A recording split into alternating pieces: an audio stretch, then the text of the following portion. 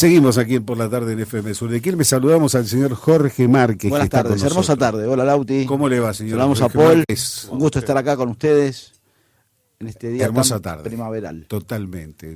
Hay solcito, la verdad que muy, pero muy lindo día. Nos vamos a Bernal imaginariamente, ¿no? Una institución educativa. Me contabas algo recién antes de ir al aire. Primera escuela obrera, ¿no? Sí, primera escuela fábrica. Sí, nos referimos al Chaparral, ¿no? De la provincia de Buenos Aires. Sí. Para mí es de las primeras de la Argentina, ¿no? Si no es la primera, pues escuela número 1, claro. Domingo Perón. Así era su nombre. Claro. Claro, actualmente es número 2, creo, Paula Albarracín, exactamente. El actual nombre, sí. Claro, una escuela emblemática que ahora, fin de semana, cumple 75 años. Que ha pasado por muchas historias muy relacionadas siempre con la política, desde sufrir la represión a forma de aparecer un día un tanque en la escuela. Estamos hablando de cuando estaba en Montevideo y Belgrano, ¿no? Ahora está en Espora, a la vuelta de la Universidad de Quilmes. Exactamente. Y es, una escuela emblemática en términos de esta cuestión de todo lo contrario a lo que pasa ahora. Claro. De aunar la educación con la producción en un proyecto de país, ¿no? Totalmente. Justamente hoy lo que está pasando es que quieren destruir la educación. Todo lo contrario. Claramente, ¿no? Pero en ese momento es interesante porque era esta experiencia llevada a la práctica de una institución educativa en la que estudiantes aprendían a producir. Entonces, bueno, una excepcionalidad. Estamos hablando del año 49, ¿no? Claro, sí. Claro. Así que, y en el contexto del aniversario, vamos a traer un libro también que está testimonio de exalumnos. Y queríamos hablar con Rubén Delgado, que está al otro lado de la línea, un, ¿no? Por supuesto. un cineasta reconocido, ha tenido premio a partir de su producción que es La Matanza, egresado de NERC. Y bueno, tiene la gentileza, le preguntamos si quería hablar de su obra y accedió gentilmente al aire, ¿no? Ahí lo saludamos. Rubén, ¿cómo te va? Buenas tardes, soy Esteban Díaz Romero, estamos con el señor Jorge Márquez, por supuesto, y el señor Lautaro Riz. ¿Cómo te va? Buenas tardes. ¿Qué tal? Buenas tardes. Bien. Jorge, Lautaro y bueno, me olvidé tu nombre, perdón. Esteban. Bueno, saludos. Gracias antes que nada por permitir este contacto telefónico, es muy gentil de tu parte. No, de nada. Bueno. Me alegra salir para la gente de Bernal y Quilmes, ahí que sé que están escuchándolo. Perfecto. Así que, bueno. Bueno, vos sabés que antes de ir a cuando estábamos en plena tanda, charlábamos un poco con Jorge. Jorge planteó algo que te lo voy a preguntar porque me parece muy rico escuchar tu respuesta, que tiene que ver, ¿por qué elegiste, o sea, por qué esa elección, ¿no? de la historia del Chaparral? ¿Qué es lo que te llevó a esa elección? Porque tengo entendido que vos no estudiaste ahí. No. O sea, el único vínculo que puedo tener con la escuela es más que nada haber estudiado en una escuela técnica. Es lo único, pero bueno, nada. O sea, desde ese punto de vista, a mí siempre el tema de la educación, más allá de que yo no me he dedicado a la educación, pero sí el tema del conocimiento y pues, saber sobre todo qué políticas hubo en la Argentina, ¿no? O sea, es algo que a mí siempre por lo menos me interesó, ¿no? Sobre todo teniendo en cuenta que vengo de un sector postergados, ¿no? Hoy se está hablando mucho de eso, ¿no? En la actualidad, del tema de quiénes van a la universidad, ¿no? O sea, a la universidad pública, ¿no? En este caso, y también a las escuelas, ¿no? A las escuelas de oficio, ¿no? Que también va un cierto sector que, bueno, nada, de alguna manera trata de adquirir conocimientos como sea, ¿no? En mi caso, yo vengo de familia de clase obrera, mi papá ferroviario, madre ama de casa, y estudié en una escuela técnica, soy técnico mecánico, recibido en una escuela en Capital. ¿En cuál estudiaste? Fue circunstancial. ¿En cuál estudiaste? Perdona Rubén, te interrumpí. ¿En cuál escuela estudiaste? Yo estudié en dos escuelas, una escuela automotriz, la Confederación Suiza. Sí, muy conocida. En los años 80. Y después, bueno, pasé a otra escuela, también a estudiar, terminé siendo técnico mecánico, pero estuve estudiando un par de años, 2 o 3 años en la Confederación Suiza. y de alguna manera el vínculo que tengo con el Chaparral parte de ahí, y lo fortuito fue que conocí en los 90 a un docente, Sí. Víctor Andreoli, que me vinculó a la escuela El Chaparral y me hizo conocer, no para un trabajo que era un registro de alumnos de química, y nada, me pareció como interesante, porque yo en ese momento estaba estudiando cine y me parecía como interesante conocer esa escuela y qué es lo que quería hacer estos docentes, Víctor y Carlos Seveiro, ¿no? Que eran los profesores de química en la especialidad de ahí de la escuela, y me sorprendió de alguna manera el Chaparral por el nivel que tenían los. Yo había dejado de estudiar hacía casi una década, cuando yo fui a la escuela, porque me comparé de alguna manera a lo que yo era en su momento como estudiante secundario y cómo eran estos muchachos en los 90, ¿no? O sea, el vínculo y que tenía con su propia escuela, que a mí me sorprendió porque yo no lo tenía. En realidad no tuve un vínculo tan fuerte con mi propia escuela técnica, pero veía que en estos muchachos del Chaparral sí lo tenían muy fuerte y bueno, me interesó por ahí conocer más, ¿no? Así que en ese primer momento hice un primer video de 25 minutos, ¿no? Del Chaparral, contando la experiencia de la cátedra de química, ¿no? De la especialidad de química y de la feria de ciencias que hacían en ese momento los profesores. ¿Cómo estás, Rubén? Acá Lautaro Ruiz de la Mesa te saluda. ¿Qué tal, Lautaro? ¿Qué tal? Y cuando, más allá de esto que decías, ¿no? Que me imagino te habrá sorprendido gratamente, cuando terminaste la película, lo que vino después, ¿qué otra cosa descubriste que te llamó la atención? Porque la verdad que debe ser un mundo aparte. Las escuelas, la verdad, industriales o técnicas que tiene Quilmes, yo he conocido varias, destacamos, ¿no? Y son muy buenas. destacadas. Sí, son muy buenas. Todas. Pero, sí. ¿qué pudiste ver vos que te llamó mucho la atención, que te haya emocionado? ¿Qué sé yo? ¿Viste? Cuando uno hace una suerte de documental, una película, conoce historias de gente particular que a veces le llenan bastante. Sí, en particular, bueno, en parte era, bueno, teniendo en cuenta que fue en una época determinada, época del menemismo, ¿no? 1994, 95, pleno auge, también con una política educacional bastante para atrás, ¿no? No sé, ¿se acuerdan de aquella época? Ya había como un problema para las escuelas de oficio, ¿no? Y de técnicas, ¿no? El CONET dejó de existir de alguna manera en esa época, ¿no? Que era el que reunía todas las escuelas, ¿no? Empezó el polimodal para aquella época, ¿no? En los 90, fines de los 90. Y bueno, de alguna manera ver que estos alumnos, más allá de todas las cosas en contra que tenían, seguían apostando a lo público y en una escuela que desde el punto de vista edilicio, ¿no? El Chaparral, que estaba ahí en Belgrano y en Montevideo, la verdad que era una escuela que sus aulas se caían a pedazos.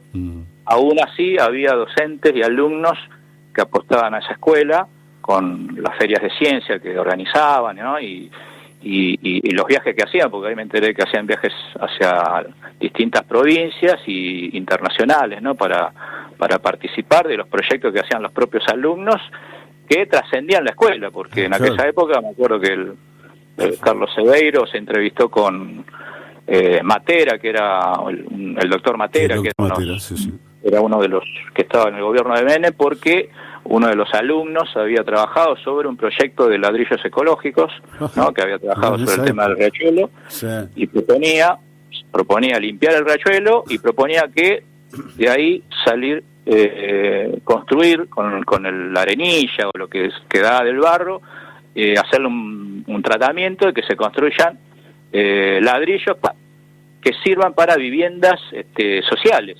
O sea que esa era la visión de un muchacho de entre 17 y 16 y 18 años. O sea, no digo que o sea, me sorprendía a mí porque superaba lo que yo, acordándome cómo era yo, ¿no? Qué pensamiento tenían estos muchachos tan amplio, ¿no? Como para ver eso, que no solamente pensaban en su futuro, sino que pensaban en algo más, ¿no? En algo más social, más de la comunidad, ¿no? Que sirva ¿no? De lo que ellos estaban estudiando para que sirva para toda la comunidad. La verdad que eso me sorprendió. Y bueno, se entrevistaron con Carlos Menem en ese momento, que también se interesó por el proyecto, obviamente que quedó ahí. Sí. Pero la verdad que eso a mí me llamó mucho la atención, que en una escuela tan golpeada desde el punto de vista en los aportes que daba el Estado, la provincia, ¿no? Que luchaban por un edificio más adecuado. Aún así había profesores y alumnos que pensaban en un futuro y en mejorar no solamente la situación de la escuela, ¿no? Y de su hábitat, sino que también pensaban en el afuera, ¿no? Claro. La comunidad. Rubén, Jorge te habla. Bueno, un gusto escucharte. Te quería preguntar algo que tiene que ver con la producción audiovisual en estos días. ¿Cómo se financia un documental hoy que no está el Inca, que bueno? Mira, la verdad que el tema de la financiación siempre fue un tema, siempre hubo hijos y entenados, no solamente ahora, sino siempre, ¿no? Tenés que tener ciertos contactos. Yo particularmente nunca he recibido ningún aporte del Estado, más allá que yo estoy en el instituto y soy parte de lo que sería la elite de la escuela, ¿no? Muy poca gente entra a estudiar al Instituto de Cine, ¿no? Incluso hoy, yo egresé a fines de los 90. Aún así hay una preparación de excelencia, ¿no? En esa escuela que es pública y gratuita, ¿no? Una de las mejores escuelas de Latinoamérica. Hablamos del ENERC. Del ENERC, exactamente. Que todo estudiante de cine siempre tiene como horizonte poder estudiar ahí, ¿no? Yo lo tuve desde fines de los 80 y logré entrar después de 9 años, porque yo hice 9 exámenes para entrar ahí durante 9 años. Insististe hasta que lo lograste. Sí, tal cual. Muy bien. Tal cual. Ya, la verdad que... Persevera y triunfarás, dice la frase, y en este caso... Exactamente, y la verdad que agradezco mucho haber entrado, conocí una gran cantidad de compañeros, ¿no? Que hoy por hoy seguimos en contacto, y bueno, con respecto a cómo se financia una película hoy, una película como la que quiero hacer yo, que no está terminada, obviamente la del Chaparral está en proceso, hoy por hoy, por el piso está 15 millones de pesos. O sea, son $10.000, que con respecto a un costo es casi nada. $10.000 hoy para una película documental, claro. Es muy poco, claro, pero hay que tener esos $10.000. Hay que juntar. Pero está bueno comentarlo porque a veces nos gusta el arte, vemos cosas, obras y ¿no? Se desconoce el trabajo que hay atrás también de buscar el financiamiento, ¿no? No, sí, aún así, cuando yo digo que hay hijos y entenados, también digo hay fomento que tiene el instituto, que los tuvo, ahora lo han cortado obviamente con este nuevo gobierno, pero hay fomentos para hacer documentales, ¿no? Algunos son muy democráticos, ¿no? O sea que hay posibilidades. O sea, yo, más allá de que no me presentaba mucho o no tuve la suerte de tenerlo, sí entiendo de que, así como hay hijos y entrenados dentro del instituto, también hay concursos que son muy democráticos y se han logrado muy interesantes los últimos, te diría yo, más de 20 años, a partir del 2002 en adelante, te diría. Porque antes en la Argentina, en la década del 90 para atrás, había muy poca producción de documental. Si uno hace una proyección de lo que era el cine documental en la Argentina, había muy poca gente que se dedicaba al cine documental, y a partir del 2001, que fue esa gran explosión social que hubo en la Argentina, ¿no?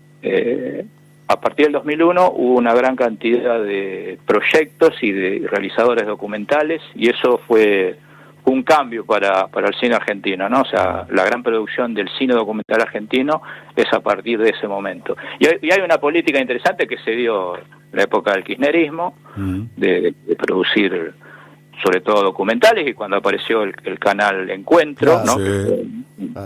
Un canal que se desarrolló bastante en el tema de lo documental, de programas de televisión en donde se iba al interior. Sobre todo hubo yo recuerdo muy bien un programa sobre escuelas, que había, que tenía muy interesante, porque se iba a distintas escuelas de todo el país y se mostraba, ¿no?, cómo eran las escuelas primarias, secundarias, ¿no?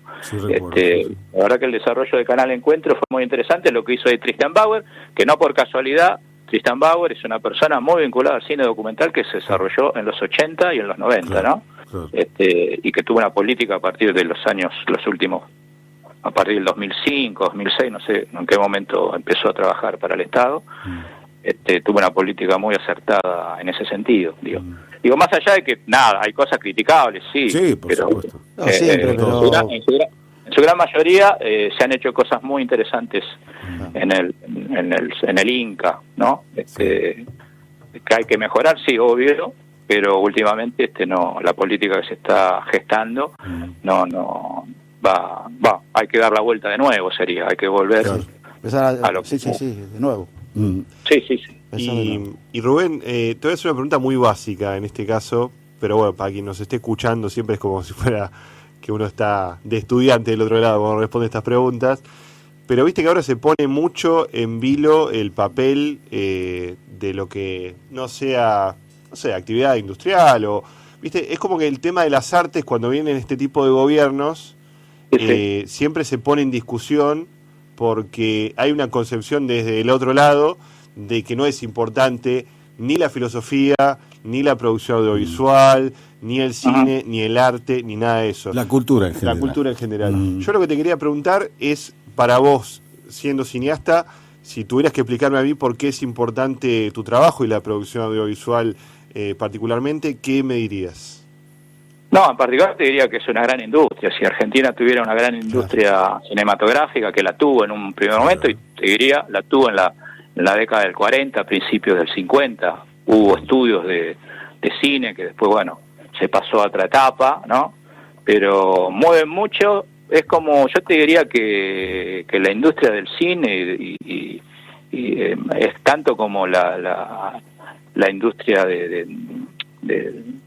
la construcción, porque movés un montón de oficios. Movés un montón de oficios, no solamente los artísticos, sino tenés carpinteros para hacer estudios, o sea, tenés que hacer un vestuarios, o sea, modelo textil, si haces películas de época, la industria automotriz, necesitas autos, ¿no? Si necesitas, se hace lo que tendría que ser una industria real de la audiovisual, movés un montón de otras industrias y das un montón de laburo, que no es solamente lo artístico, ¿no? Porque está lo artístico como principal, pero también está lo otro que es lo que lleva a ser lo artístico, ¿no? Lo técnico, ¿no? O sea, un efecto multiplicador. Musical, ¿no? O sea, si necesitas música, ¿no? O sea, necesitas gente que esté vinculada a la música. Movés varias áreas de la industria, que con lo cual, digo, no por nada en Estados Unidos es considerada la segunda es la segunda entrada de dinero que tiene Estados Unidos. Primero está el armamento, y después, para ellos es fundamental, y después está la industria del entretenimiento, y entre ellos está la industria de los cinematográficos. Lo que pasa que también, Daniel, cada vez los grandes cada vez son sus tentáculos cada vez abarcan más y cada vez son menos, ¿no? Las cabezas, lo que mueven todo esta industria, ¿no? Por eso, pero Argentina tiene tiene una ley, bueno, aparte de la ley de cine, que fue la cuota pantalla, ¿no? Que eso fue fundamental, ¿no? Que si se aplica realmente como se tiene que aplicar, tenés la base de un dinero que podés crear una poderosa industria nacional de cine y ser cabeza en Latinoamérica, ¿no? Dado por la historia del cine argentino, que no estamos hablando de una historia de hace 15, 20, sino que el cine argentino tiene más de 100 años. Totalmente. Con lo cual tiene una experiencia riquísima, tanto como la de México.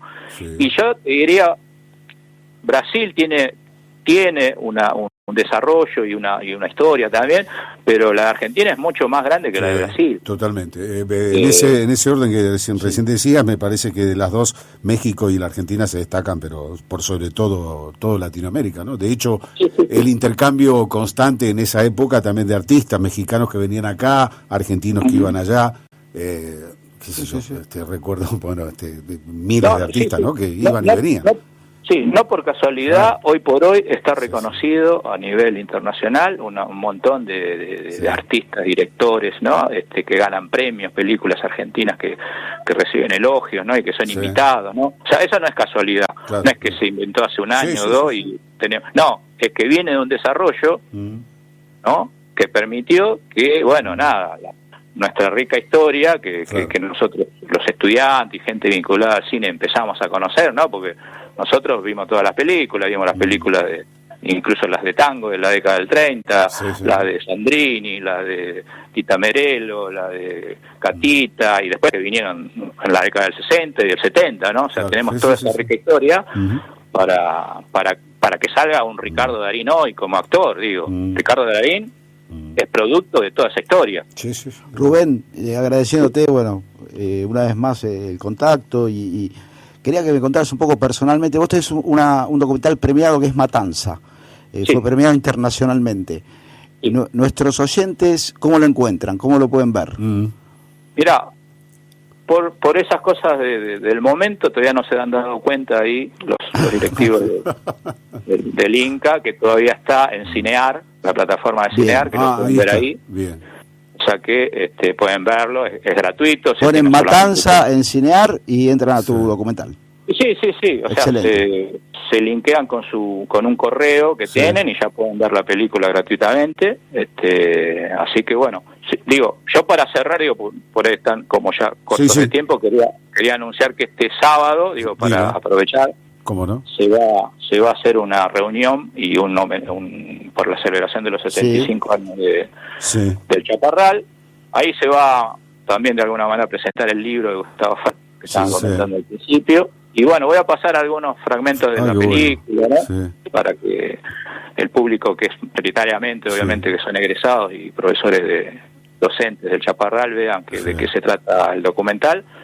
Que en síntesis del documental es un recorte, no es la historia total del Chaparral, que es muy rica, sino que es un recorte fundamentalmente de lo que a mí me llevó a por qué querer hacer el documental, que principalmente, y te lo resumo así, son tres cosas. Son los orígenes del Chaparral, ¿no? Esos orígenes de la década del 40, ¿no? Y la escuela de oficio que impulsó la política educativa del primer plan quinquenal de Perón, ¿no?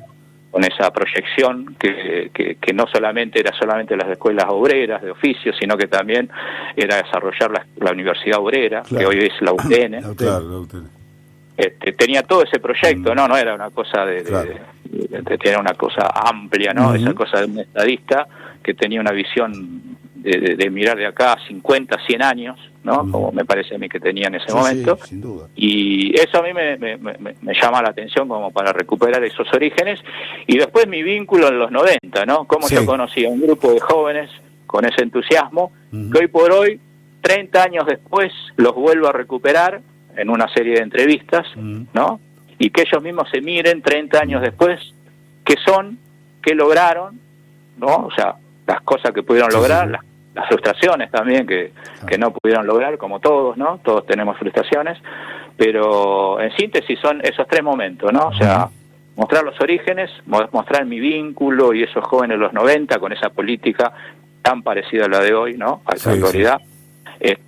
Y mirar hacia el futuro, ¿no? O sea, que el Chaparral, como Rubén, dice una de las cosas...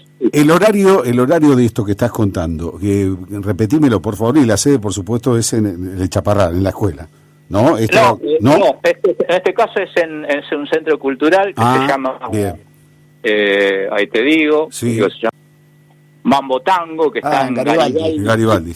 25. Sí. En el Quilmes Centro, es un centro cultural, y se va a hacer el sábado a las 19 horas, sábado 19 horas, que es una reunión para todos los que sean vinculados al Chaparral, para reencontrarse y demás. Y bueno, y al final, tipo 21 horas, mostraremos parte del documental. Bárbaro. Y eso. Rubén, te agradecemos enormemente el tiempo y la gentileza que has tenido en permitir este contacto telefónico con FM Sur de Quilmes. Muy agradecido. Perdón el desorden. No, por favor, no hay ningún desorden. Nosotros somos desordenados, nos encanta el desorden, no nos gusta el orden, quédate tranquilo. Gracias, un abrazo, gracias. Gracias, chao. Bien, qué linda charla, Jorgito, con el señor Rubén. Sí, maravilloso porque juntamos arte con la historia, ¿no? Y que, viste que la historia dicen que no es cíclica, no sé, los historiadores... Vos decís que la historia es cíclica porque yo he tenido profesores que me decían que no. ¿Que no? Y algunos dicen yo que lo no. que digo es que... porque hay unas teorías, ¿viste? No hay un modelo de aplicación de exacto. positivista, pero me parece que hay eventos que se ven en el pasado que se repiten. Que se Sí, repiten, sí, ¿no? cíclicamente. Sí, Mirá claro. vos, en una charla que estamos teniendo, Todo tiene que ver con todo. todo aparte. tiene que ver con todo. Muy rica la charla. Sí, por un lado muy tenés rica. Quilmes, que celebra Sí, sí, sí. estos 75 años del Chaparral, una escuela con particularidades como, bueno, ya charlamos, Antes- en un contexto Sí. nacional que, bueno, está pasando lo que Totalmente.